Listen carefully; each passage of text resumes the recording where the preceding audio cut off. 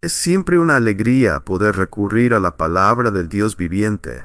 De hecho, la palabra viviente del Dios viviente, para ser instruidos desde la mente de Dios para nuestra bendición y para su gloria. Uno de los temas que está en el centro de la experiencia cristiana es el asunto de la voluntad de Dios, la voluntad de Dios. A lo largo de mi vida he escuchado a personas decirme que estaban buscando la voluntad de Dios, intentando encontrar la voluntad de Dios.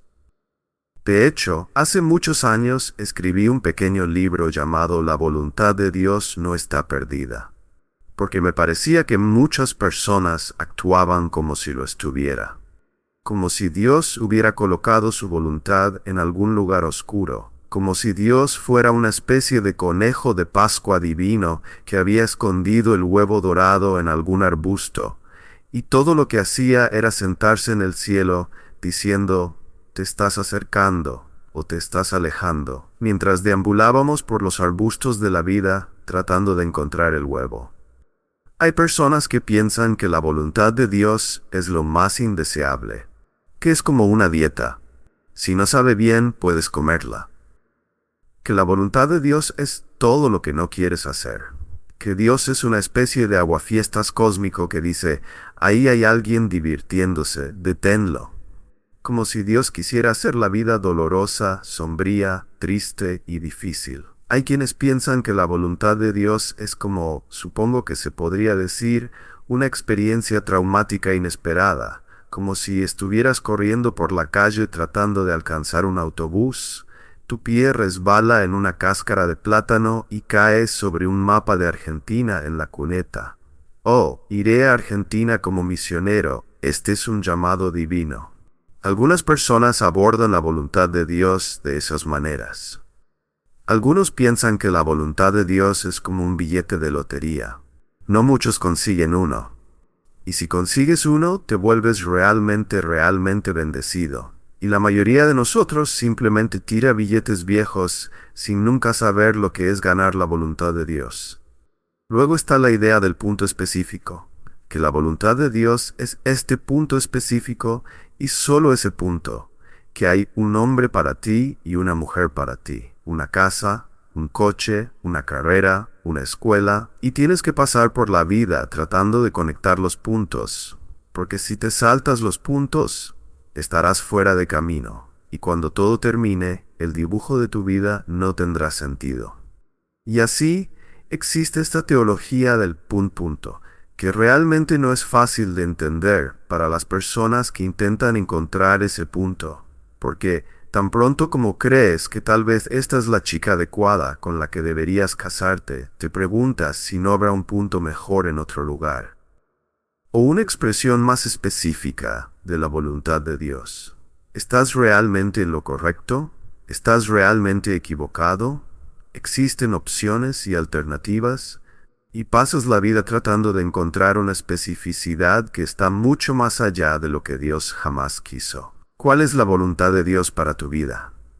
Esa es realmente la gran pregunta. No es realmente una pregunta sobre el propósito, es una pregunta sobre la voluntad de Dios.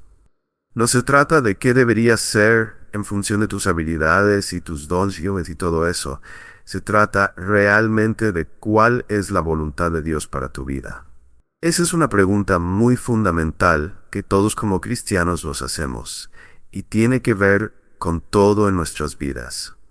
Todas nuestras relaciones, todas nuestras elecciones y direcciones en la vida necesitan ser guiadas y dirigidas por un deseo apremiante de hacer la voluntad de Dios.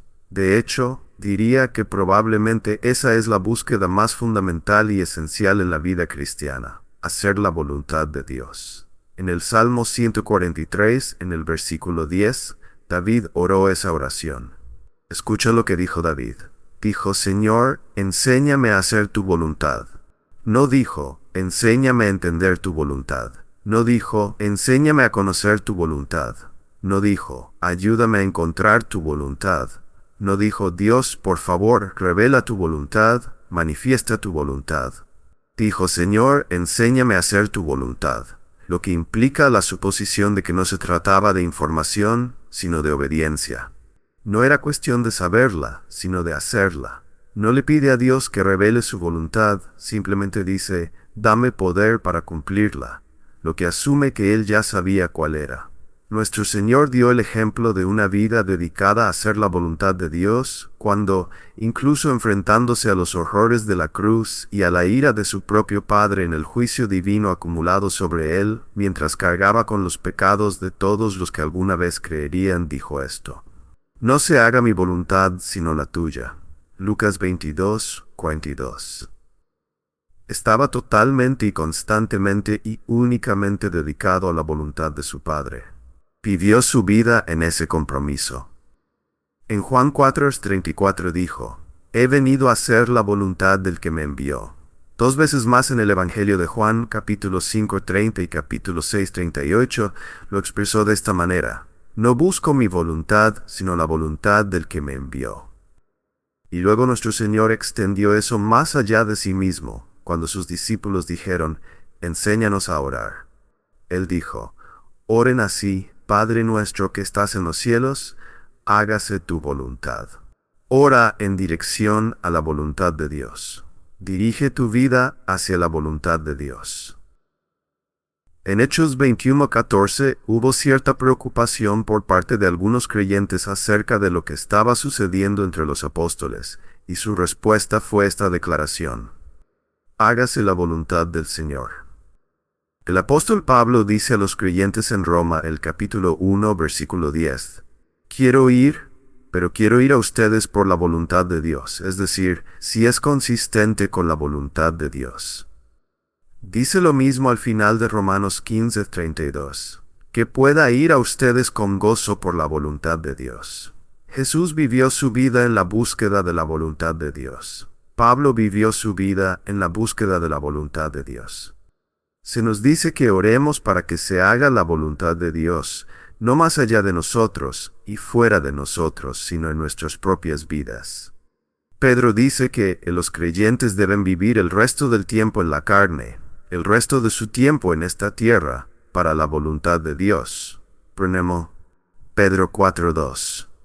Y el objetivo de todo ministerio apostólico es que los creyentes puedan, cito Colosenses 4:12, estar perfectos y completamente asegurados en toda la voluntad de Dios.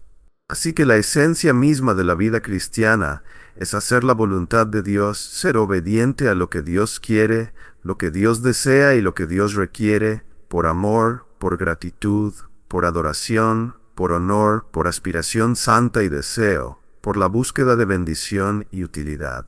Por todas estas razones, perseguimos el cumplimiento de la voluntad de Dios.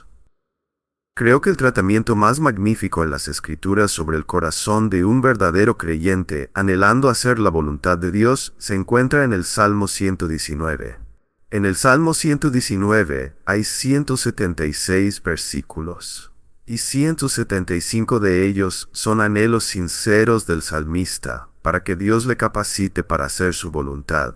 Lo dice de 175 maneras diferentes, pero todo es el mismo anhelo y deseo. Capacítame, oh Dios, para hacer tu voluntad, para seguir tus caminos, para guardar tus mandamientos.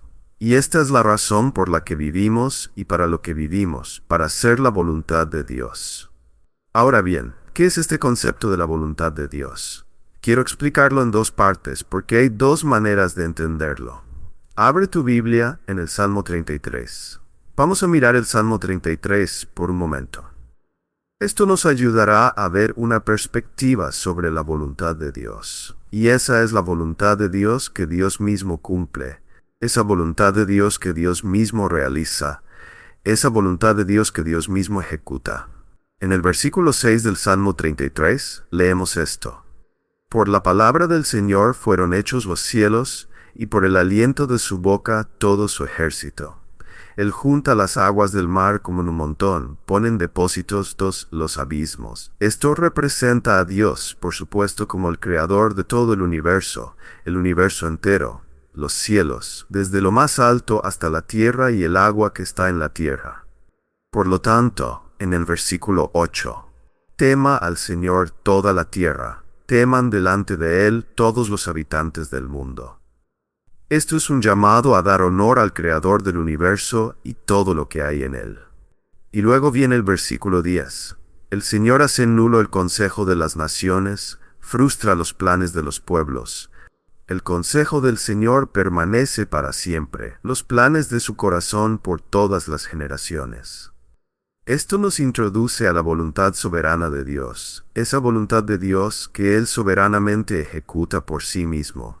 Él invalidará todos los planes de las personas. Él hará a un lado todos los consejos de las naciones y hará exactamente lo que ha planeado hacer en cada generación y para siempre. Esta es la voluntad soberana de Dios. Es lo que algunos teólogos llaman la voluntad decretiva de Dios, lo que Él decreta, o la voluntad determinativa de Dios, lo que Él determina, o la voluntad absoluta de Dios, que es inviolable, inflexible, inalterable. Dios dijo que lo hará y Él cumplirá lo que ha dicho. Vamos a Isaías 46. Aquí hay otro magnífico resumen de este aspecto de la voluntad de Dios. Isaías 46, y quizás podamos comenzar en la mitad del versículo 9. Porque yo soy Dios y no hay otro. Yo soy Dios y no hay ninguno como yo, que declaro el fin desde el principio y desde tiempos antiguos cosas que no han sido hechas. Digo, mi propósito será establecido, y haré todo lo que me plazca. En pocas palabras, Dios determinó lo que haría desde el principio, y lo hará hasta el final. Su propósito será establecido y cumplirá todo lo que le plazca. Simplemente, Dios hace exactamente lo que quiere. De hecho, el Salmo 135:6 dice, todo lo que el Señor quiere, lo hace. Todo lo que el Señor quiere, lo hace. Él es el soberano del universo. Todo lo que Él ha planeado, lo hará. Todo lo que Él ha querido, lo cumplirá. En Daniel, capítulo 4, versículos 34 y 35, cuando Nabucodonosor, quien había sido juzgado tan severamente por Dios, recuperó su sensatez, ofreció alabanza y adoración a Dios. En el versículo 34 de Daniel 4, alzó sus ojos al cielo y dijo, bendije al Altísimo, y alabé y glorifiqué al que vive para siempre. Y aquí describe a Dios. Su dominio es un dominio eterno. Su reino dura de generación en generación. Y todos los habitantes de la tierra son considerados como nada, pero Él hace según su voluntad en el ejército del cielo y entre los habitantes de la tierra. Nadie puede detener su mano ni decirle, ¿qué has hecho? Dios hace exactamente lo que Él quiere hacer en el cielo y en la tierra. En Efesios capítulo 1, versículo 11, leemos esto. Que Dios hace todas las cosas conforme al consejo de su voluntad. La conclusión correcta de todos estos versículos es esta, que hay una voluntad de Dios que Él lleva a cabo perfectamente. Él obra todas las cosas conforme al consejo de su voluntad. Hay una voluntad de Dios que pertenece completamente a Él, en la que ninguna persona puede alterar ningún evento, circunstancia o consecuencia que cambie ese propósito eterno. Es la voluntad de Dios que pertenece completamente a Él. Está determinada en su propósito y ejecutada por su poder. Se hará. Siempre se hará. Y no se hará nada más que eso. Y así, en el esquema general de las cosas, la historia del universo creado se mueve desde un comienzo divino hacia un final divino. Y Dios controla absolutamente todo y hará exactamente lo que desea hacer. Pero en el nivel humano, Dios tiene una voluntad para el hombre, y esa voluntad, en su mayor parte, no se cumple. ¿Cuál es la voluntad de Dios para el hombre? Él la ha revelado en su santa ley. La ley de Dios es simplemente la revelación de lo que Dios desea del hombre, y, en su mayor parte, no la obedecemos. La realidad sorprendente es, sin embargo, que nuestro fracaso para cumplir con la voluntad de Dios para nosotros no tiene ningún efecto negativo en que Dios cumpla su propia voluntad predeterminada en la eternidad pasada. Por decreto soberano, Dios hace lo que Él quiere, pero permite que los pecadores hagan lo que ellos quieren. Es decir, tenemos la libertad de elegir nuestro pecado. Tenemos la libertad de elegir el tipo de desobediencia, incluso como creyentes. Pero Dios, providencialmente, sobrepasa todas esas contingencias y elecciones y la sintetiza perfectamente en el cumplimiento de su voluntad. Esto se llama providencia divina. Es una descripción tremendamente significativa del carácter de Dios, quien puede tomar un número infinito de elecciones humanas y contingencias y trabajarlas hacia sus propios fines gloriosos. Entonces, en nuestra discusión de hoy, no estamos hablando de la voluntad de Dios que Él mismo cumple. Estamos hablando de la voluntad de Dios expresada hacia nosotros, la cual hacemos o no hacemos. Nada de lo que yo haga o deje de hacer alterará el plan final. Pero todo lo que hago y todo lo que tú haces tendrá un efecto en nuestra bendición, nuestra alegría, nuestra obediencia y nuestra utilidad, ahora y para siempre. Por lo tanto, es importante para mí conocer la voluntad de Dios. Quiero cumplirla. No quiero estar en la oscuridad. Y no puedo confiar en mi propia intuición porque no tengo ningún aparato para ello. No tengo ningún botón, ni campanas, ni luces que se enciendan cuando estoy haciendo la voluntad de Dios. No puedo confiar en mi propia intuición. No vivo en la era de los signos. Entonces, ¿a dónde iré para encontrar la voluntad de Dios? ¿Cómo puedo saber cuál es la voluntad de Dios para mi vida? ¿Dónde puedo encontrar una indicación confiable de la voluntad de Dios para mi vida? Bueno, ya te he dado una pista y ahora expandiré un poco más sobre eso. Dios tiene una voluntad para tu vida. Lo sabemos. Si Dios tiene una voluntad para tu vida, Él quiere que la conozcas. Eso es obvio. Y si Él quiere que la conozcas, entonces ten por seguro esto: no la escondió. No está guardada en algún lugar oscuro bajo una interpretación enrevesada de las Escrituras. No depende de alguna experiencia trascendental de intuición. No está supeditada a una entrega angelical privada y personal. Ni siquiera depende de alguna coincidencia inesperada. Si Dios tiene una voluntad, y la tiene, si Él quiere que la conozcas, y lo quiere, y te hace responsable de ella, y lo hace, entonces puedes estar seguro de que no la escondió. La colocaría en el lugar más obvio, y el lugar más obvio sería su palabra. Su palabra. Puedes conocer la voluntad de Dios para tu vida a partir de las Escrituras, y es inconfundible, absolutamente inconfundible. Voy a darte 6 cosas para reflexionar, ¿de acuerdo? Primero, la voluntad de Dios es que seas salvo. La voluntad de Dios es que seas salvo, que seas liberado del pecado, de la muerte, del juicio y del infierno. Eso es lo que significa la palabra salvado, que seas rescatado de la condenación eterna, del castigo eterno. La voluntad de Dios es que seas salvo. 1 Timoteo capítulo 2 versículo 3 dice: Esto es bueno y agradable delante de Dios nuestro Salvador, quien quiere que todos los hombres sean salvos y lleguen al conocimiento de la verdad. La voluntad de Dios es que seas salvo. Escucha 2 Pedro 3, 9. El Señor no tarda su promesa, como algunos consideran tardanza, sino que es paciente para con nosotros, no queriendo que ninguno perezca, sino que todos procedan al arrepentimiento. La voluntad de Dios es que seas salvo. Dios quiere que te arrepientas. Es la voluntad de Dios que seas salvo de la destrucción eterna. Tanto es así que Él planeó el plan de redención. Tanto es así que envió a su Hijo para hacer el sacrificio por nuestros pecados y hacer posible esa salvación. El Hijo del Hombre vino a buscar y salvar lo que se había perdido, porque la salvación de los perdidos es la voluntad del Padre. De hecho, en varios incidentes en el Nuevo Testamento, esto se deja claro como una expresión de la voluntad de Dios. En Marcos, capítulo 3, Jesús está enseñando en un lugar específico. Su madre y sus hermanos llegan, se quedan afuera del lugar donde Él está enseñando.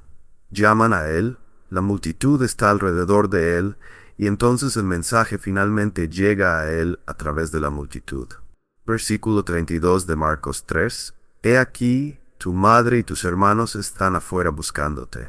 Y respondiendo, Él dijo: ¿Quiénes son mi madre y mis hermanos? En cierto sentido está diciendo: no reconozco relaciones terrenales, no reconozco la familia. Y mirando a los que estaban sentados allí, la multitud dijo: He aquí mi madre y mis hermanos, porque cualquiera que haga la voluntad de Dios, ese es mi hermano y hermana y madre. Está diciendo que no hay relaciones familiares con Él que tengan algún valor espiritual. La única relación con Él que importa es que hagas la voluntad de Dios. ¿Y cuál era la voluntad de Dios? Dios mismo lo dijo. Este es mi Hijo amado en quien tengo complacencia, escúchenlo. La voluntad de Dios es que abraces a Cristo. La voluntad de Dios es que pongas tu confianza en Cristo. Esa es la voluntad de Dios. Esa es la voluntad del Padre. En el Sermón del Monte, Jesús esencialmente dijo lo mismo. Muchos van a decir, Señor, Señor, hicimos esto y aquello en tu nombre. Y Él les va a decir, apártense de mí. Nunca los conocí. Porque no todo el que dice, Señor, Señor, entrará en el reino de los cielos, sino el que haga la voluntad de mi Padre. ¿Y cuál es la voluntad del Padre? Que abraces al Hijo, que pongas tu fe salvadora en el Señor Jesús. Esa es la voluntad del Padre. En Juan 17. El mundo pasa y sus deseos, pero el que hace la voluntad de Dios permanece para siempre. El que hace la voluntad de Dios tiene vida eterna. ¿Qué voluntad de Dios? La voluntad de Dios de creer en el Hijo. La voluntad de Dios de poner tu confianza en su Hijo. La voluntad de Dios es que seas salvo. En Juan capítulo 6, versículo 38, hay una declaración excelente en esta línea que corre hasta el versículo 40. He descendido del cielo no para hacer mi propia voluntad, sino la voluntad del que me envió. Vine para hacer la voluntad de mi Padre. Luego, en el versículo 40, porque esta es la voluntad de mi Padre, que todo aquel que vea al Hijo y crea en Él tenga vida eterna. Dios Padre quiere que veas al Hijo y creas en Él. Esa es su voluntad. Y luego tener vida eterna. Entonces, ninguna persona que haya rechazado a Cristo, ninguna persona que no crea en el Señor Jesucristo, puede conocer jamás la voluntad de Dios. Es inútil buscar la voluntad de Dios en un matrimonio, una relación, un trabajo, una carrera o una decisión de vida de cualquier tipo. Si no estás salvo, ni siquiera tienes derecho a pedirle a Dios que revele su voluntad. Nadie que no haya venido a Cristo en verdadero arrepentimiento, nadie que no haya venido a Cristo en verdadera fe salvadora, tiene derecho a conocer la voluntad de Dios sobre cualquier otra cosa. Escucha 1 Corintios 2:9. Antes bien, como está escrito, cosas que ojo no vio, ni oído oyó, ni han subido al corazón del hombre, son las que Dios ha preparado para los que le aman. Lo que Dios tiene para aquellos que le aman, las personas que no le aman no pueden conocerlo. La voluntad de Dios comienza entonces con ser salvo, lo que significa comprometer tu vida en fe arrepentida a Jesucristo como Señor y Salvador. Esa es la voluntad de Dios. Es donde comienza. Si haces otra pregunta y no has hecho esto, no estás en posición de recibir nada de Dios. Segundo, la voluntad de Dios no solo es que seas salvo, sino que estés lleno del Espíritu. Ve a Efesios capítulo 5. La voluntad de Dios es que estés lleno del Espíritu. Efesios 5:17 dice, por tanto, no seáis insensatos, sino entendidos de cuál sea la voluntad del Señor. No seas insensato, sino entiende cuál es la voluntad del Señor. Por tanto, no seáis insensatos, que proviene de la palabra griega afrón, derivada del verbo froneo, que significa pensar. El prefijo a indica lo opuesto, es decir, ser ignorante, carente de conocimiento, simple de mente. No seas ignorante, sino entiende cuál es la voluntad del Señor. Ahora bien, si no entiendes cuál es la voluntad del Señor, ¿qué eres? Insensato, ignorante.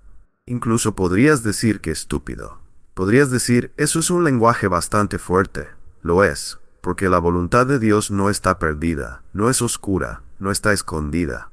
Si no entiendes cuál es la voluntad del Señor, entonces simplemente eres de mente simple, ignorante, porque si sigues leyendo, Él te dirá cuál es. Aquí está, versículo 18.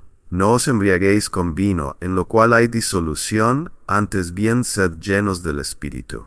Segundo, su voluntad es que estés lleno del Espíritu. Primero, la voluntad de Dios es que seas salvo. Eso está claro. es cristalino. El Padre envió al Hijo para hacer su voluntad, porque su voluntad es que todos los que creen en el Hijo tengan vida eterna. Su voluntad, en segundo lugar, es que no actúes con ignorancia ni insensatez, sino que entiendas que la voluntad de Dios es que estés lleno del Espíritu Santo, en lugar de embriagarte con vino y comportarte de manera disoluta. ¿Por qué está esta comparación aquí? Porque la cuestión aquí es el control. La palabra llenar, en griego, tiene la idea de llenado en un sentido de control, no en un sentido estático, como el viento llenando las velas de un barco y moviéndolo hacia adelante. Una forma de traducir esto sería, permitan que el Espíritu Santo los controle. Hay muchos ejemplos en la Biblia donde esta palabra se utiliza con este sentido. En Juan 16:6 leemos, la tristeza ha llenado vuestro corazón. Eso significa que la tristeza ha tomado control. Si dices que alguien está un poco triste, es una cosa. Si dices que está lleno de tristeza, eso significa que ha perdido la capacidad de equilibrar su tristeza con pensamientos positivos, esperanzadores o buenos, y literalmente ha sucumbido al poder dominante de la tristeza. En Lucas 6:11 se habla de estar lleno de ira. Estar lleno significa estar totalmente controlado por y dominado por la ira. Has perdido toda capacidad de equilibrar tu respuesta emocional con un sentido de razón y has cedido completamente a la ira. En Lucas 4:28 se habla de estar lleno de furia. O en Lucas 5:26 leemos sobre estar lleno de temor, donde el miedo domina tanto que tu capacidad de encontrar esperanza y cordura en medio de una situación aterradora está completamente anulada. De manera similar, estar lleno del Espíritu Santo significa estar tan dominado por esa fuerza que estás completamente bajo su control. Ese es el significado aquí. Ahora lo compara con estar embriagado. El alcohol es una sustancia que controla. Cuando una persona se embriaga, ha abandonado la razón y ha perdido la capacidad de controlar su comportamiento, su habla, su emoción y su mente. Ha llegado a estar bajo el control de esa sustancia. En Éfeso, en el mundo antiguo, esto se hace intencionalmente como parte de la adoración a los dioses falsos, involucrando embriaguez, glotonería y orgías sexuales. Pensaban que al perderse a sí mismos, trascendían el mundo temporal y ascendían a una comunión con las deidades. Cuanto más depravados y ebrios estaban, más creían que se conectaban con lo divino. La verdad es que estaban ebrios y conectándose con lo demoníaco. El apóstol Pablo dice, ese no es el enfoque correcto de la religión. No se llega a Dios de esa manera, sino siendo llenos y controlados por el Espíritu Santo. Bueno, ¿qué significa estar lleno del Espíritu Santo? Todos poseemos el Espíritu Santo. Si alguno no tiene el Espíritu de Cristo, no es de él. Romanos 8:9. Todos poseemos el Espíritu. A todos se nos ha dado el Espíritu Santo. Somos el templo del Espíritu Santo. Él es quien vino a habitar en nosotros en el momento de nuestra salvación. Pero no siempre estamos controlados por el Espíritu Santo. Eso es lo crítico que debemos entender. Regresemos a Efesios 5 y veamos qué significa. Como dije, no hay luces que se enciendan, no hay timbres ni señales físicas que indiquen que el Espíritu Santo te está llenando. No hay algo fisiológico o experimental que puedas observar para identificarlo. Pero sí hay algunos resultados. Si estás lleno del Espíritu, versículo 19, hablas con los demás en salmos, himnos y cánticos espirituales. Cantas y haces melodía en tu corazón para el Señor. De repente estás perdido en asombro, amor y alabanza, y eres dominado por la adoración. No solo eso, tu corazón está lleno de gratitud. Versículo 20. Estás dando gracias por todo en el nombre de nuestro Señor Jesucristo a Dios el Padre. No importa lo que esté ocurriendo en tu vida, literalmente estás lleno de alabanza. Además, versículo 21, te sometes a los demás en el temor de Cristo. Hay una humildad dominante que entra en tu vida, lo que te hace someterte voluntaria y gozosamente a aquellos que te rodean. Si eres esposa, te sometes a tu esposo de buena gana y con alegría. Si eres esposo, amas a tu esposa. Y Pablo continúa describiendo esto en el capítulo 6, versículo 1. Si eres un hijo lleno del Espíritu, obedeces a tus padres. Si eres un padre lleno del Espíritu, no provocas a tus hijos a ira. Si eres un esclavo, siervo o empleado lleno del Espíritu, obedeces a tus amos como si sirvieras a Cristo. Si eres un amo lleno del Espíritu, tratas a tus empleados de manera que honre al verdadero amo, el Señor mismo. Estas son todas las conductas que surgen de estar controlado por el Espíritu Santo. Esto es muy interesante y muy importante. Una vida de adoración, una vida de humildad, una vida de gozo, una vida en orden dentro de la familia, una vida en orden en el ámbito laboral y social. Todo encuentra su lugar apropiado cuando estás totalmente controlado por el Espíritu Santo. Y esto no es algo místico. Déjame mostrarte un pasaje, Colosenses 3:16, que es tan importante. Colosenses 3:16 nos da una comparación que explica qué significa lleno del Espíritu o controlado por el Espíritu. Pablo escribe: La palabra de Cristo habite en abundancia en vosotros. La palabra en griego es plusios, que significa de manera extravagante. Es una palabra grande, generosa. Que la palabra de Cristo habite en vosotros ricamente. Ahora observa los resultados, enseñándoos y exhortándoos unos a otros con toda sabiduría, cantando salmos, himnos y cánticos espirituales con gratitud en vuestros corazones a Dios. Los mismos resultados que vienen de ser lleno del Espíritu en Efesios 5 se mencionan aquí en Colosenses 3, como el resultado de que la palabra de Cristo habite ricamente en ti. Adoración, alabanza, gratitud, sumisión, todo brota de la palabra habitando en ti. Conclusión: es lo mismo. ¿Qué significa estar controlado por el Espíritu? Significa ser dominado por la palabra. La palabra y el Espíritu son inseparables. El Espíritu es el autor de la Escritura. Él es el intérprete. Él es quien aplica. Él es quien capacita con su propia palabra. Entonces, cuando hablamos de estar llenos del Espíritu, estamos hablando de estar controlados por el Espíritu. Y el Espíritu controla cuando estás saturado de la verdad, cuando estás saturado de la palabra. Cuando la palabra te domina, el Espíritu te controla. La palabra toma el control de tu mente, de tus emociones y luego de tu voluntad. No hay nada místico en esto. Esto no ocurre porque tengas una experiencia esotérica. No sucede porque hables en lenguas, o porque alguien imponga sus manos sobre ti y caigas hacia atrás. Estar lleno del Espíritu significa ser controlado por el Espíritu, y el Espíritu te controlará al aplicar la palabra de Dios a tu vida, y no puedes aplicar lo que no conoces. Así que te enriqueces abundantemente con la verdad divina, la cual se convierte en la verdad controladora a través de la cual el Espíritu te dirige hacia la voluntad de Dios.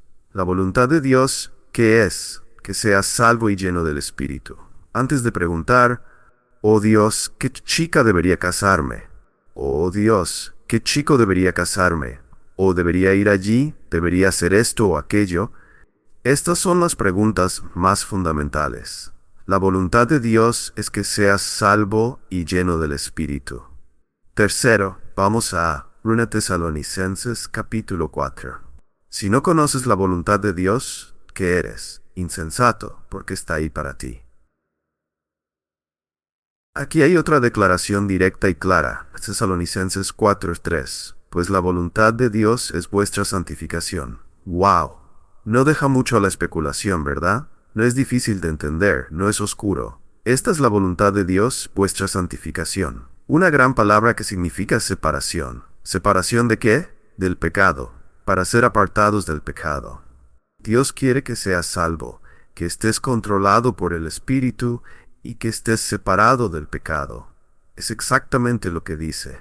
Debes, versículo 1, andar y agradar a Dios. Debes mejorar continuamente en ello. Y ya conoces los mandamientos que te dimos por la autoridad del Señor Jesús. Sabes lo que es vivir una vida santa. Está revelado en la palabra de Dios, que es donde el Espíritu Santo toma el control de tu vida cuando la palabra te domina. Sabes todo esto, así que la voluntad de Dios es que la obedezcas y te apartes del pecado al obedecer la santa ley de Dios. La voluntad de Dios es que seas santificado. Ahora, ¿qué significa eso exactamente? Pongámonos prácticos. 4 cosas dice aquí: que os apartéis de la inmoralidad sexual. Versículo 3. Ahora nos estamos poniendo muy prácticos. Mantente alejado del pecado sexual. ¿Qué tan lejos? Lo suficientemente lejos como para estar completamente separado de todo pecado sexual. Es muy práctico. Esta es la voluntad de Dios. A veces una pareja entra en la oficina para hablar sobre el matrimonio y les pregunto acerca de su relación, cuándo se conocieron, cómo se sienten, etc. Siempre hago una pregunta directa. ¿Están involucrados en comportamiento sexual pecaminoso? Y en ocasiones veo rostros que brillan diciendo, no, estamos esperando hasta el matrimonio. Otras veces veo rostros que se caen con miradas avergonzadas. Mi respuesta es, bueno, si están comportándose conscientemente fuera de la voluntad de Dios y no están dispuestos a obedecer la voluntad de Dios, que está claramente revelada, ¿por qué asumirían que es la voluntad de Dios que esta relación continúe? A veces dicen, creemos que es la voluntad de Dios que nos casemos. Mi primera pregunta sería, ¿están cometiendo pecado sexual juntos? Porque si lo están haciendo, no están en la voluntad de Dios ahora mismo. Tienen que retroceder, regresar y restablecer esa relación en un nivel puro. Y cuando hayan obedecido aquello que saben que es la voluntad de Dios, estarán en una posición para que Dios les revele más claramente lo que no está revelado. Cada uno de vosotros sepa cómo poseer su propio vaso en santificación y honor. Maneja tu cuerpo para honrar a Dios. Cuida tu cuerpo de una manera pura. Mantén tu cuerpo apartado para la gloria de Dios. No con pasión de deseo como los gentiles que no conocen a Dios. Versículo. No actúes como los incrédulos, como los que no conocen a Dios, los paganos que se entregan a deseos lujuriosos.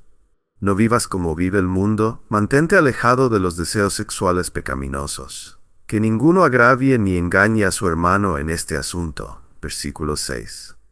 No te aproveches de otros, especialmente en el ámbito sexual.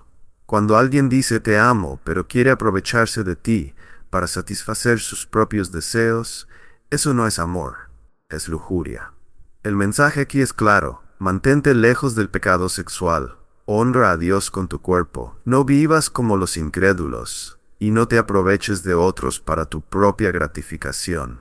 Esto es la voluntad de Dios. En el versículo 7 continúa, pues Dios no nos ha llamado a inmundicia, sino a santificación. La voluntad de Dios para ti es la pureza, la santificación. Y luego en el versículo 8 dice, el que desecha esto no desecha a hombre, sino a Dios, que también nos dio su Espíritu Santo. Si rechazas esta verdad, no estás rechazando a quien la enseña, no estás rechazando al apóstol que la escribió. Estás rechazando a Dios mismo, quien te dio su Espíritu Santo para que tengas el poder de vivir en santidad. Por lo tanto, la voluntad de Dios es clara, que seas salvo, que estés lleno del Espíritu y que seas santificado. Eso significa que debes apartarte del pecado, específicamente del pecado sexual, vivir una vida que honre a Dios, mantenerte puro y no actuar como los incrédulos. Si haces esto, estás cumpliendo la voluntad de Dios. Cuarto, la voluntad de Dios es que seas sumiso. En Santiago 4:7 dice, someteos pues a Dios. El primer punto de sumisión es someterse a Dios. Además, Efesios 5:21 dice, someteos unos a otros en el temor de Cristo. Esto se refiere a la humildad, a una actitud de sumisión en todas las áreas de la vida. Sé sumiso a Dios, sé sumiso a los demás. Las esposas deben someterse a sus esposos, y los esposos deben amar a sus esposas de manera sacrificial. Hebreos 3:17 dice que debemos someternos a los líderes espirituales en la iglesia, a los pastores y ancianos que nos guían. Además, en 1 Pedro 2:13 se nos manda someternos a toda institución humana. Someteos por causa del Señor a toda institución humana, ya sea al rey como superior, ya a los gobernadores. ¿Por qué? Versículo 15. Porque esta es la voluntad de Dios. Es la voluntad de Dios que nos sometamos al gobierno, para que nunca causemos reproches al Evangelio. Si somos buenos ciudadanos y respetamos a las autoridades, silenciamos la ignorancia de los hombres insensatos que critican la fe cristiana. Entonces debemos someternos al gobierno, a la autoridad de la Iglesia, a los líderes espirituales, en la familia y sobre todo a Dios mismo. Una vida de humildad y sumisión caracteriza a quienes están en la voluntad de Dios. Quinto, la voluntad de Dios es que suframos. Sí, has leído bien. Dios desea que en ocasiones suframos por hacer lo correcto. En 1 Pedro 3:17 dice, porque es mejor que padezcáis haciendo el bien, si la voluntad de Dios así lo quiere, que haciendo el mal. El sufrimiento por hacer lo correcto está dentro de la voluntad de Dios, porque perfecciona nuestro carácter. En 1 Pedro 4:19 dice, de modo que los que padecen según la voluntad de Dios, encomienden sus almas al fiel Creador, y hagan el bien. Al enfrentar el sufrimiento, debemos confiar en Dios, seguir haciendo el bien, y permitir que Él use esa experiencia para madurarnos espiritualmente. No estamos hablando de sufrimiento por pecar, sino de sufrimiento por vivir rectamente en un mundo caído. El apóstol Pablo abrazó el sufrimiento en 2 Corintios 2:9-10, cuando pidió 3 veces a Dios que quitara un aguijón en su carne, y Dios le respondió, bástate mi gracia, porque mi poder se perfecciona en la debilidad. Pablo entendió que el sufrimiento lo mantenía humilde y lo hacía depender de la gracia de Dios. Sexto, finalmente, la voluntad de Dios es que seamos agradecidos. 1 Tesalonicenses 5:18 dice, dad gracias en todo, porque esta es la voluntad de Dios para con vosotros en Cristo Jesús. Una vida caracterizada por constante gratitud es la voluntad de Dios. Debemos regocijarnos siempre, orar sin cesar y dar gracias en toda circunstancia. La voluntad de Dios no es un misterio. Es que seas salvo, lleno del Espíritu, santificado, sumiso, dispuesto a sufrir por hacer el bien y agradecido en todo. Si cumples con estas cosas, estás viviendo dentro de la voluntad de Dios, y el resto de las decisiones en la vida se alinearán con sus propósitos. Así que, ¿qué sucede después de todo esto? Quizás te preguntes, ¿pero qué hay de las decisiones específicas? ¿Cómo sé con quién casarme, qué trabajo tomar o qué camino seguir? Aquí está la clave. Si estás viviendo de acuerdo con estas áreas fundamentales de la voluntad de Dios, entonces tus deseos estarán alineados con los de Él.